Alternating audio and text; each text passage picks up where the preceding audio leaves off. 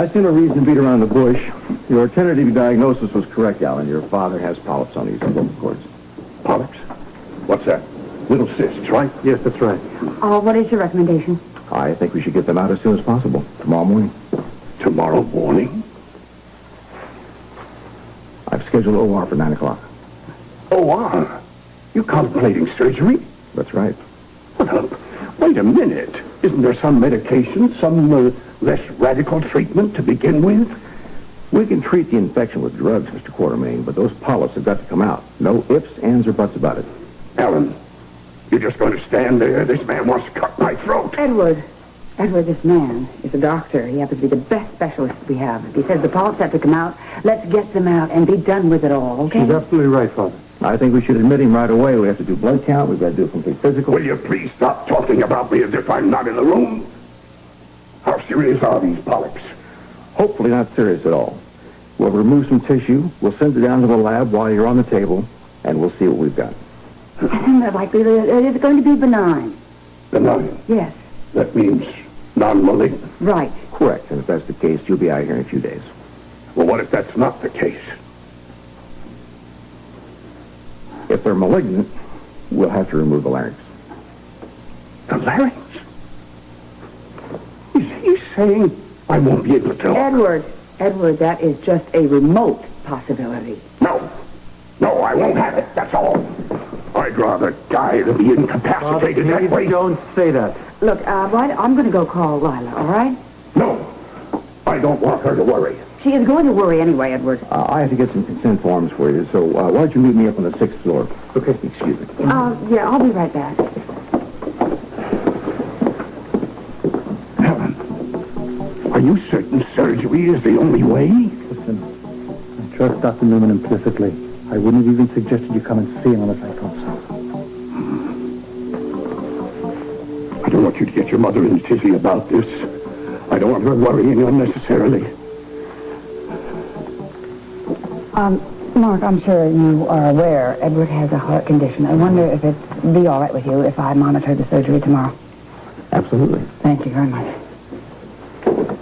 Father, please try not to worry. You've never smoked. There's no reason for you to think this is going to turn out to be anything serious. Maybe we should get another opinion. Father, if I thought another opinion was necessary, I would do it. Now, Dr. Newman is a conservative doctor. Believe me, if he suggests surgery, it is the only alternative open right now.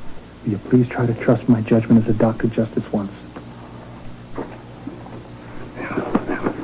Good. Okay.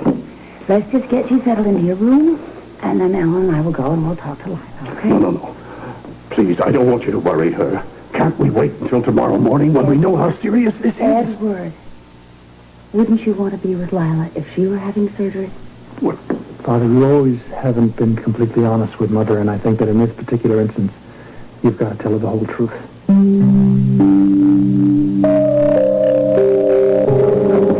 How are you feeling now? Are you sure?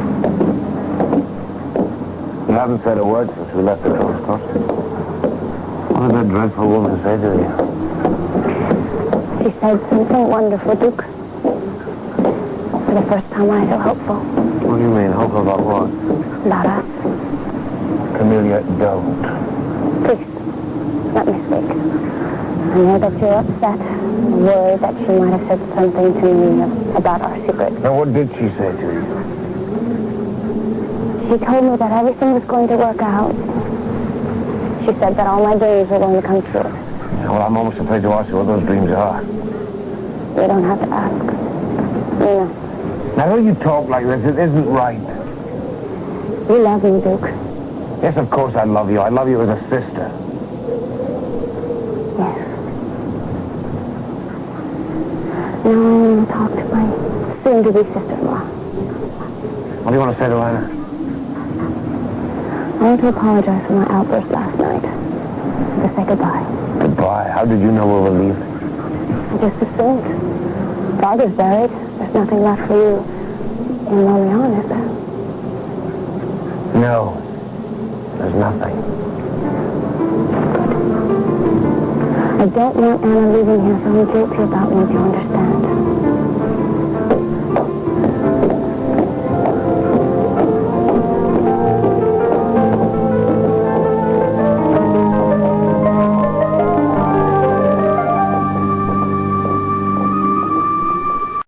Just gotta stay real alert. And when you get through the cut, do it real gentle. Mr. Barger, why? You know it was going to throat split tomorrow morning. Edward, is that you? No, Mother, it's me and Monica. Gently, Monica. Gently. Will you give me some credit, please? Hi, Lila. Oh, my dear, isn't Edward with you? Father's got to have surgery in the morning. That's good, Ellen. Surgery? For a sore throat? I'm sorry, Mother. I didn't mean to blurt it out. Alan is upset. Naturally, he is. But there's nothing to worry about, really. Well, what's wrong with him? Why are they operating? Well, Alan was right. He does have polyps on his vocal cords. And Dr. Newman wants to remove them tomorrow. Yes, he does. In fact, he wants to do the operation about 9 o'clock tomorrow morning. But there is no reason to be worried. The likelihood of it being, well, it's going to be benign. You're both very dear, but I know you too well. Now tell me, just how serious is his condition? We're not going to know that until tomorrow. But it could be serious. Yes, it could be serious. Give me the bottom line. And Alan, please don't give me any of that stupid medical double talk. The bottom line is, Mother, that if the cysts prove to be malignant, they're going to have to remove his larynx. Is it just a remote possibility? Just a remote possibility, Lila. It's all right, Monica. I was just thinking what it would be like never to hear Edward blustering and shouting his orders again at me. It's not going to happen, believe me. I certainly hope not. In spite of all the headaches he's given me over the years, I certainly would miss all the noise he could make. So would we all. Well, I'll go up and pack his bag. There's no reason for you to go to the hospital today, Mother. He's having tests. No. Alan, your father has stood by me for 40 years. The least I can do is to be there for him today. She's one hell of a lady. Yes, she is, isn't she? Yeah. Oh, hi. Has Duke come back yet? No, I haven't seen him. I thought perhaps I'd missed him. Camellia not back yet? No. Look, I'm sure Duke found her at Abigail's cottage. She'll bring her back. But why did Camellia go there in the first place? She knows that woman is nothing but trouble. What trouble has she caused? It would take too long to explain, Anna. But she's a meddlesome old fool, and she should be locked up somewhere. Anna, Yeah? we're home. Thank goodness. Duke, we're up here.